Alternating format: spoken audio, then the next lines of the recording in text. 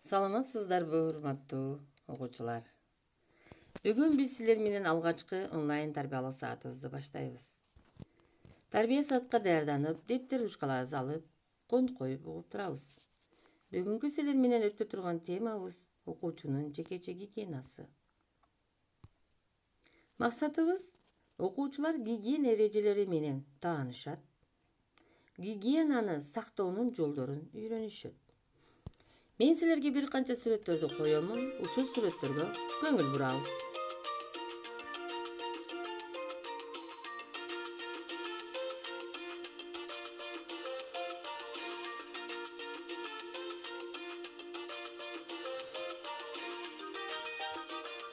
Сабактын жүрүшү.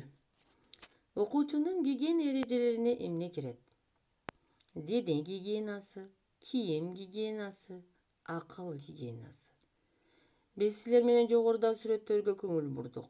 Сүрөттөрдө биз күнүмдүк турмушта тазалык боюнча, гигиена боюнча иштете турган каражаттарыбызды көрдүк. Жана ошондой эле кандай пайдалануу жолдорун дагы көрдүк. Бүгүн силер менен биз дене гигиенасы, үй гигиенасы, акыл гигиенасы, кийим гигиенасы боюнча кыскача таанышып алабыз.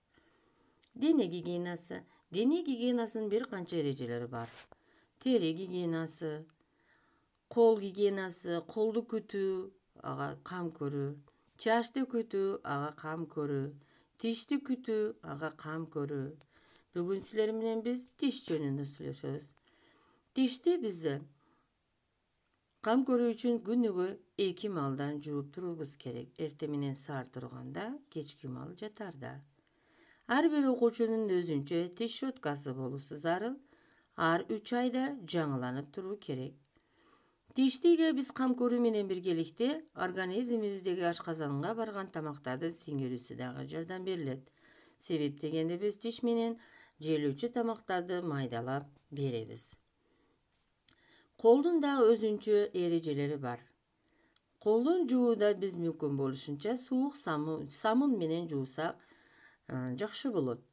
Самынды алаканга алып, аны манжалардын арасына жишип, таза жуушубуз керек. Колду качан жуубуз? Колду көчөдөн киргенден кийин, тамакка отураардан мурда, сырттан кирип, мектептен келгенден кийин биз колубузду тазалап жуушубуз керек экен. Үй гигиенасына. Үй гигиенасы биз жашап турган үйүбүздү дайым ар түрдүү заттардан тазалап турушубуз. Күнүгө ар бир комнатаны желдетип, чаңдарын сүртүп туруубуз зарыл экен.